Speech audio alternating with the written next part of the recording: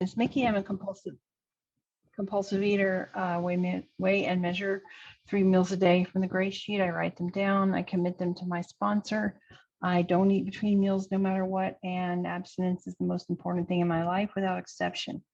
Thanks, everybody. I'm so glad I came to this meeting. Thank you, Linda, for the surprise. But I'm just, first of all, extremely grateful for the days that I have in Gray Sheet. And abstinence is the most important thing in my life without exception. I make it my focus, and through abstinence, I believe that I will gain clarity of mind that maybe I never had before. So what it was like for me, I was, there was alcoholism in my family, my family of origin. My parents were divorced when I was like 3. My brother and I, who was 2 years younger than me, lived with our mother. And my earliest memories, which don't really start until about 8, was of her leaving us alone at night and going out drinking or whatever she did. At that time, I had no idea. But so there was really not meals left for us, So I remember trying to figure out something to eat, from what we had. And I didn't tell anybody that was going on. And we did have grandparents in town. I lived in Tallahassee, but I wouldn't tell them what was going on. And so finally got the guts to tell my dad what was going on about that time she left. And so, I started out as like a really young kid, like watching over my little brother and being really terrified at night. So my dad remarried, and this woman had 2 kids, and then together they had my little sister. So there were 5 of us. And believe it or not, I feel like I jumped from the frying pan into the fire. At first, I thought I was going to have a mom for once, and found out this was not the case. This was a very rigid drill sergeant type of mother who was raised on a farm, and there were 5 kids, and we just never were allowed to like just go in the kitchen and eat whatever we wanted to. It was like only at mealtime. So I remember sneaking food when nobody was at home, and I would try to eat things that I thought nobody would miss. And as I got older, I would babysit, and, I only remember these kind of things from people talking about it in their qualifications. Like I would eat food at the, other people's houses that I thought that they wouldn't miss. And I wasn't really overweight. I had a little chubby time when I was maybe, I don't know, in elementary school. And then throughout middle school and high school, I really didn't have a problem with my weight, because I really didn't have access to, be able to do that. So when I was 18, my escape plan from that household, because my dad was an alcoholic, I didn't know that till I was 18, was to get pregnant, get married, and get out. That was not a good choice, obviously.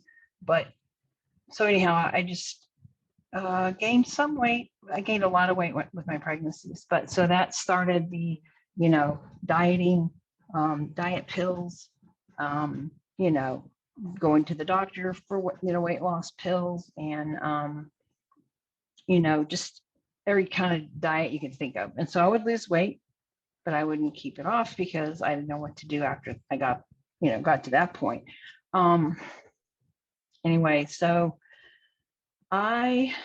this is just a part of my story. I think I was looking for something my whole life.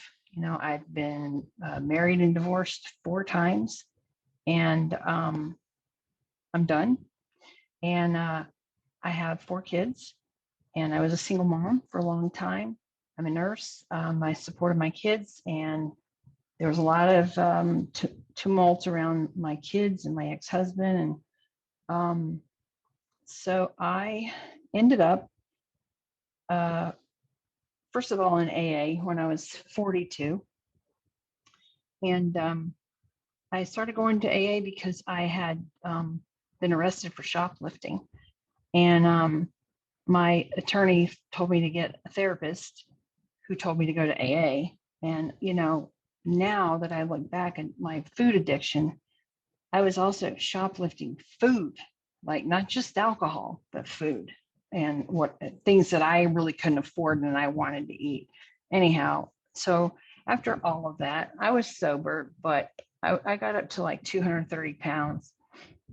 And I ended up going to OA, looked around at everybody, and I was like, well, these people are overweight. So I didn't know what was going on there. So I ended up going to, I think, OA 90. I found out about Gray Sheet, I think mostly because I heard of the Gray Sheet, tried to find it online, could not,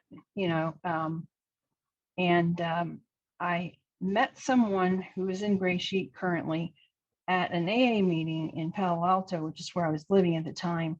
And she was there because, if there weren't live Gray Sheet meetings, you were supposed to go to AA meetings. So she kind of told me about that. I got into Gray Sheet. I used to go to the Albany meeting, which is near Berkeley, the live meeting there. And I'd have to look back, but I would say I had probably a couple of years close to that of abstinence.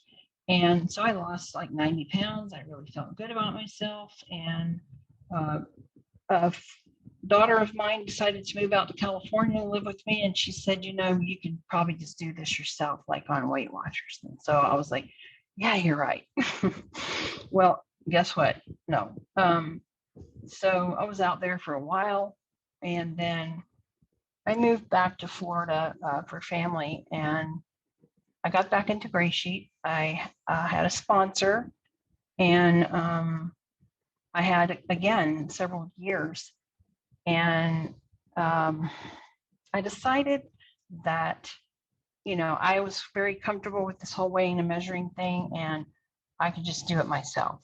And besides, like the sponsor that I had, I loved her, but I was allowed to text her my food. It could be generic. I could flex. There were other things on the line that people were allowed to eat that, for me, could turn easily into a binge food type of thing. And so I wandered off, and I actually stayed not really abstinent, but weighing and measuring and fiddling around with things, like thinking, if I could lose more weight, I could lose more weight if I like took the fat out of my food and stuff like that. And then it turned into things that we don't eat. And then I went off on some diet trials, didn't work. And so 90 days ago, I came back, and my weight at that point was 207. And I will say that, so I've been in and out of Gray Sheet since 2011. I looked back on my post on the GreyNet and kind of figured that, because I wanted to see like what happened, why didn't this work for me? Because I never thought that Gray Sheet didn't work. I knew it was me. Most of my posts were about weight loss. And, I didn't really realize that until I had looked at it that way. And when I came back in this time, I was beat, and it wasn't so much that I was like shoving food in my face, but it was like over stressful things in my personal life and work, very stressful job. I was eating, like when I come home, that's all I could think of was like, I can't wait, to come home and eat whatever. And so I really felt hopeless this time, very much that pitiful, incomprehensible demoralization that the big book talks about, definitely there, hating myself. I don't think I would ever have the guts to kill myself, but I wouldn't have minded if I would have just gone to sleep and not waked up. Because I feel like I'm 61 now. Really, what is left for me? Not like I don't want a relationship. I'm good without that, but like, what's the point? I don't know. I can't really explain it. Anyhow, I sent an email to, because I thought, well, Gray Sheet's about the only thing I can think of. So I sent an email to Gray Sheet and said I would like to come back. And someone responded to me. And agreed to sponsor me. And this was somebody that when I had been in Gray Sheet before, actually terrified me. That's 10. Thank you. I didn't know her, but I had seen her name a lot. And I was like, Jesus Christ, no. But because I mean, you know, like, oh my God. So she gave me this relapse prevention plan, or she sent it to me and she said, I want you to look this over. And if you're willing to do this, then I will sponsor you. And I said, I looked at it and I said, yeah, okay, I'll do it. And she said, really?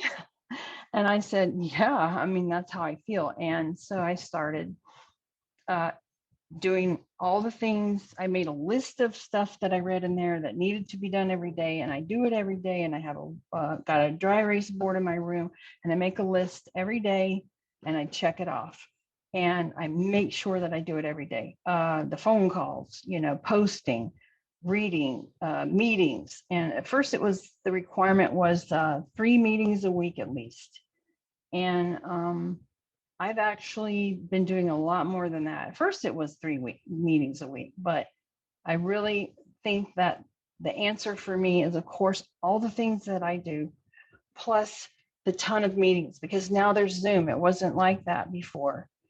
And, you know, I've gotten to know people, and I'm very much an introvert. But I have been forced to make connections and talk to people, you know, make phone calls. And I mean, the kindness and excitement that people have for people getting abstinent is just amazing. There's lots of different meetings, and I feel like they're all valuable. Different styles, flavors, people, whatever, you know, but by and large, every single person has been just fabulous. I have the clarity of mind about my life that I never had before. And I have like 18 years in AA, and that program saved my life. I worked it really hard. But something about weighing and measuring, doing all the stuff that my sponsor has me doing, has given me the ability to sit back in my life, which is not that bad, it's fine. But I have some things going on, and just be, you know, like just come home, do my thing, not get involved in anything, not engage in controversial types of things. And, you know, and so that, you know, weigh and measure, more will be revealed. It really is true. So if I don't know what to do, I don't do anything. So, you know, and like I've had these connections, like I just found out someone in Gray Sheet lives where I live, which is Port St. Lucie, Florida. God knows why I am here. But anyhow, there's a lady who lives here, you know, and just I met someone at work today who's not currently in Gray Sheet, but he told me he knows about Gray Sheet. I was like, wow, I've never met anybody else just out in the public, you know, that knows about Gray Sheet. So anyhow, I think that's about it. I'm just extremely grateful to be here, and I hope that I never have another day 91. And so thanks for letting me share, no matter what.